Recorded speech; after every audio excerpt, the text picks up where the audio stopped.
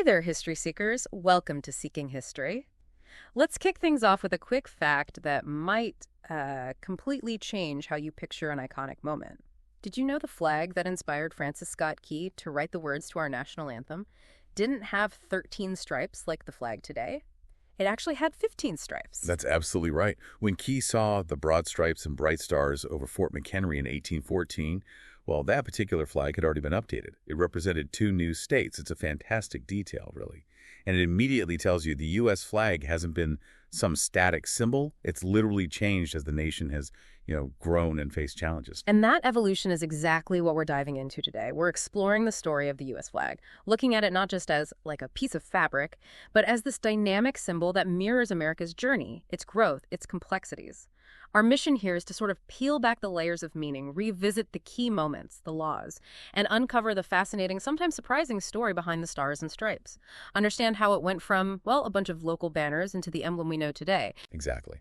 And to do that, we're going on a bit of a journey through time, starting with those diverse flags that flew before any national design, then looking at the birth of the Stars and Stripes itself, how it adapted through laws, driven by expansion, and then talking about its powerful, enduring symbolism today. Okay, let's unpack the very beginning then. Before there was one American flag, there were, well, lots of them, right? What was going on before 1777? Yeah, you have this really fascinating period where American identity is genuinely being forged. Yeah. People were shifting from identifying mainly with their colony or as British subjects to seeing themselves as part of something new, independent. This period, say, from the Stamp Act protests in the 1760s through the early Revolution years, saw an explosion of different flags. And what does that variety tell us? Does it show division or... Yeah, well, it mostly shows the decentralized nature of the early resistance and the revolution itself, really. These symbols popped up from local militias, protest groups, individual colonies. It wasn't some top-down thing. It was grassroots. Symbols born from local struggles, local identities, before they started to coalesce into something national. Right. So let's look at a few key examples. There's the Grand Union flag, sometimes called the Continental Colors. Yes, that one was arguably the first banner really widely used by the Continental Army from about 1775 to 1777. Its design is very telling. It had the 13 alternating red and white stripes, clearly representing the United Colonies, but it also featured the British Union Jack up in the canton in the corner. Yeah, that Union Jack part is so striking. What do you think that means? It's debated, of course, but it likely suggests some strategic ambiguity early on, maybe a hope for reconciliation, or perhaps claiming they were fighting for their rights as Englishmen. It's definitely a contrast to the symbols that came later. There's even a story that when Washington raised it on January 1st, 1776, the British misinterpreted it. Oh, really? They thought it might be a sign of surrender, or that the colonists were ready to submit. Kind of ironic. That really is quite something. And I read it was the first American flag to get a foreign salute. It was, from a Dutch governor on the island of St. Eustatius in November 1776. And this was even though Congress hadn't officially sanctioned the flag. That salute was a small but, pretty significant moment of early international recognition. But not all the early flags held onto British symbols like that. You mentioned the Gadsden flag earlier. Ah, yes, the coiled rattlesnake. On that bright yellow field with "Don't tread on me." Very direct. Christopher Gadsden designed it in 1775, initially for the Continental Marines. And the rattlesnake itself was already a known symbol by then. Oh, definitely. Benjamin Franklin had popularized it way back in 1754. Remember his Join or Die cartoon? Right, with the snake cut into pieces during the French and Indian War. Exactly. Using a segmented snake to represent the need for colonial unity. The Gadsden snake has 13 rattles for the colonies. Its message is just pure defiance. And as you know, we've seen that flag pop up again in modern times, often used in political contexts, maybe libertarian circles or folks opposing government power. Precisely. It shows how historical symbols can get recontextualized. They take on new layers of meaning in completely different eras and debates. It's a powerful example of a symbol's life going way beyond its original purpose. Another key early one is the Moultrie flag. Right, commissioned by Colonel William Moultrie in 1775. For the defense of Charleston, South Carolina. This one was simpler but still potent. A white crescent moon with the word Liberty on a navy blue field. It was famously flying during the American victory at the Battle of Sullivan's Island in June 1776. And isn't there that famous story about Sergeant William Jasper? Yes. The flag got shot down during the battle, which was intense, and Jasper supposedly risked his life multiple times to retrieve it and put it back up on the fort walls. That kind of personal heroism, tied directly to the flag, made it a deeply significant local symbol. Defiance, courage, all that. And there were others too, like the Sons of Liberty flag. That one goes back even further. 1765, the Stamp Act protests. It had 9 horizontal red and white stripes, representing the 9 colonies that sent delegates to the Stamp Act Congress. The British apparently called them the rebellious stripes because they were so linked to the Sons of Liberty and their protests around those liberty trees or flagpoles. Okay, so we've got the Grand Union, Gadsden, Moultrie, Sons of Liberty, and you mentioned others like Bedford, Taunton. What's the main point from all this variety? The big takeaway, really, from this whole chaotic collection of early flags, it tells us that the American identity wasn't born unified. Not at all. It was forged locally, in specific acts of protest, resistance, regional pride. The revolution started as these decentralized movements, and their symbols reflected that. The drive for independence created all these banners, and the challenge quickly became, could they actually unite under one symbol? Ah, okay, so that need for a single unifying symbol is what directly led to the birth of the Stars and Stripes. Exactly. That pivotal moment comes with the first flag resolution, Which the Second Continental Congress passed on June 14th, 1777. And that's why June 14th is Flag Day. Makes sense. It is. And this resolution laid out the basic design. 13 stripes, alternate red and white, that the Union be 13 stars, white in a blue field representing a new constellation. That established the core pattern, the one that's basically endured for almost 250 years now. Now, when most people think about who made that very first flag, one name usually springs to mind, Betsy Ross. Ah, the Betsy Ross story. It's incredibly popular, isn't it? The legend goes that George Washington, Robert Morris, and George Ross visited her upholstery shop in Philly. This was supposedly June 1776, even before the resolution. And she supposedly suggested the 5-pointed star, show them how easy it was to make, impress them, and sewed the first flag. It's a great story. Very tangible, very human. But historically, is it solid? Well, the thing is, the first time this story was presented publicly was way later, in 1870, by her grandson, William Canby. He claims his aunt told him the story back in 1857. But contemporary records from the actual time, they offer no conclusive evidence. Nothing to really prove it or disprove it. So it kind of lives on more as a cultural legend than a hard historical fact. Precisely. And the persistence of the Betsy Ross legend, I think, highlights this human need we have for a compelling, relatable origin story, for something as important as a national symbol, maybe more than the strict historical details sometimes. Her version also usually shows the stars in a circle, right? Which the resolution didn't actually specify. Right. And there was another person who claimed credit, wasn't there? Francis Hopkinson. Yes, Francis Hopkinson. He signed the declaration, was involved with the Navy Board. He actually submitted a bill asking for payment for designing the flag, but his claim was denied. Congress felt he wasn't the sole contributor to the design. His presumed design also featured 13 6-pointed stars, not 5-pointed. So no clear single designer we can point to definitively. And interestingly, the 1777 Act didn't actually spell out what the colors or symbols meant, did it? That's another fascinating point. No, it didn't. The initial focus seems to have been just practical, getting a design for identification during wartime. The symbolic meanings we associate with them now, they were articulated later. In 1782, by Charles Thomson, the Secretary of the Continental Congress, and it was actually when he was describing the Great Seal of the United States. Okay, so what symbolism did Thomson give the colors then? He said red stood for hardiness and valor, white for purity and innocence, and blue for vigilance, perseverance, and justice. The 13 stripes, though, that was always clear.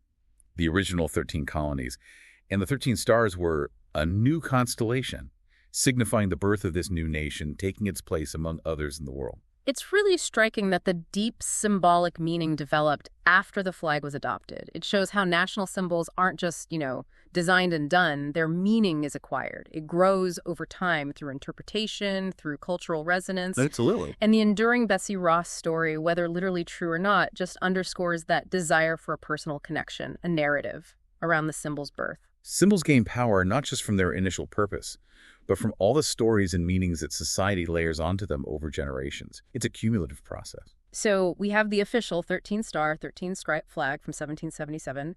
But of course, the nation didn't stay at 13 states for long. How did the flag keep up with that growth? Right. This is where legislation steps in again to formalize the changes. The first official modification came with the Flag Act of 1794. That took effect in May 1795. And this is the one you mentioned at the start, the 15-star, 15-stripe flag. Exactly. They added 2 new stars and, importantly, 2 new stripes to represent Vermont, admitted 1791, and Kentucky, admitted 1792. This 1515 version was used for 23 years. And this is the flag that became so iconic because of a specific, huge historical event. Precisely. This is the Star-Spangled Banner flag, the one flying over Fort McHenry during the War of 1812 that inspired Francis Scott Key. That connection to a moment of intense national defense and, ultimately, resilience just deeply embedded this particular version in the American consciousness, even though it was only a temporary design. But adding a stripe for every new state, you can see how that wouldn't work long term. No, it quickly became obvious it was impractical. I mean, can you imagine a flag with 50 stripes today? It would look completely different.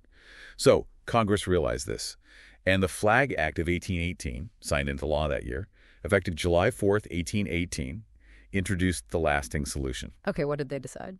They made 2 fundamental changes. First, they reduced the stripes back down to 13, permanently. Anchoring it back to the original colonies forever. Yes, exactly. Anchoring the flag visually to the founding narrative. And second, the rule became, add only 1 new star for each new state. No more adding stripes. And that new star would officially be added on the 4th of July after the state's admission. Got it. So on July 4, 1818, the flag immediately jumped from 15 stars and 15 stripes to 20 stars and 13 stripes. Correct. That incorporated the 5 states admitted since Kentucky, Tennessee, Ohio, Louisiana, Indiana, and Mississippi. And that 20-star flag was only used for a single year. Just 1 year, yes. Because Illinois was admitted soon after, requiring another star update the following July 4th. Things were moving fast then. So what was the real significance of that 1818 act? Fixing the stripes at 13, but letting the stars keep changing. It was this crucial moment where, pragmatic adaptation met powerful symbolism. The legislators literally said adding stripes endlessly would make the flag unmanageable. It was a practical problem. But by fixing the stripes at 13, they permanently honored the origin story. And allowing the stars to increase, let the flag dynamically represent the nation's ongoing growth, its commitment to equal statehood for new territories.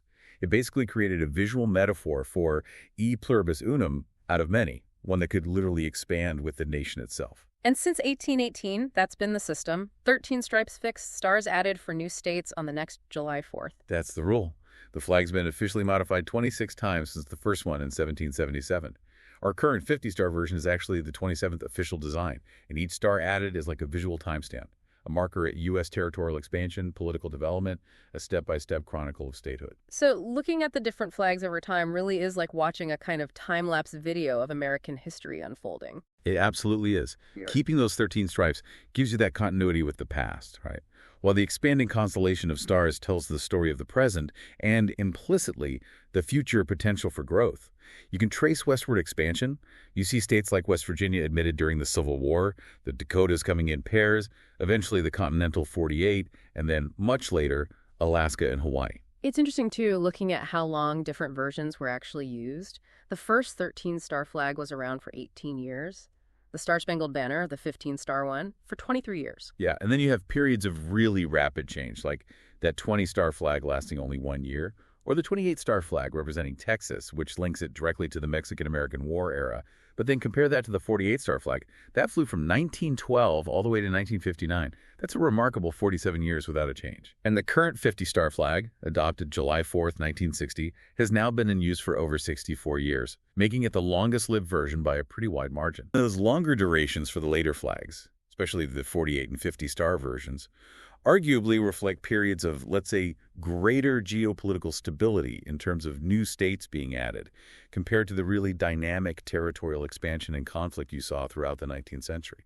Each star really does represent a chapter, doesn't it? Sometimes peaceful, sometimes pretty tumultuous, in that ongoing story of, forming a more perfect union. And beyond just the design changes, the flag's meaning, its symbolism, runs incredibly deep in American culture. Let's quickly revisit those meanings Thompson gave the colors again. Red for hardiness and valor, white for purity and innocence, and blue for vigilance, perseverance, and justice. Right. Stripes for the original 13, stars for the current states in that evolving constellation. Those assigned meanings provide a kind of foundation, sure. But the flag's deepest symbolic power really comes from shared national experience, collective memory. It's a focal point for civic rituals, like the Pledge of Allegiance, right? Meant to foster unity and patriotism. And you mentioned historical events dramatically shaped its power, especially the Civil War. Oh, absolutely. Its status as this powerful symbol of the Union just surged after the attack on Fort Sumter in 1861. It became the visual embodiment of resistance to secession, and then the Union victory further solidified its position as the symbol of the unified nation. It shows its meaning isn't static at all. It's, as some historians say, continuously renegotiated, deepened, and solidified through shared national experiences. So its meaning is really forged in those moments of shared struggle, shared triumph. That makes sense. It really is, and that ongoing cultural integration is why we have all these affectionate names for it, right? Stars and Stripes, Old Glory, Star-Spangled Banner. Its presence is ubiquitous. Public buildings, front porches, little lapel pins. It shows how deeply it's woven into the fabric of daily life. We even have codified actual laws in the U.S. Code about how to display and treat the flag. Yes. Title IV, Section 6 lays out the flag code. The very existence of these rules and the widespread practice of rituals like the pledge, they highlight how the flag functions as a performative symbol. Its meaning isn't just inherent in the cloth, it's actively reinforced through laws, rituals, education. It reflects this societal commitment, or at least aspiration, towards national cohesion and shared values. It's fascinating to think about its meaning as something that's collectively built and maintained over time, not just handed down. It truly is. So from those diverse, sometimes competing colonial symbols to this single, continuously evolving national emblem, the flag really tells the story of America's journey, its founding, its growth, its many challenges, and its enduring, though sometimes, let's be honest, contested ideals. It really is a living emblem, a visual chronicle of American history, with each star added and the steadfast presence of those 13 stripes narrating the nation's path. It manages to simultaneously honor its origins while reflecting the ever-changing reality of the Union itself. And that brings us towards the end of our exploration for today. You know, as we've seen the flag evolve so dramatically from 15 stripes back to 13, from just a handful of stars to 50, it kind of leaves you wondering, doesn't it? How might national symbols like the flag continue to adapt or be reinterpreted in the future? How will they reflect the ongoing, always changing story of the nation? That's a great question. And maybe what other historical symbols carry such a dynamic, layered meaning? Symbols whose significance shifts and deepens through shared human experience, through societal dialogue, over long stretches of time. Definitely something to ponder as you go about your day. Thank you so much for joining us on this exploration into the history of the U.S. flag right here on Seeking History.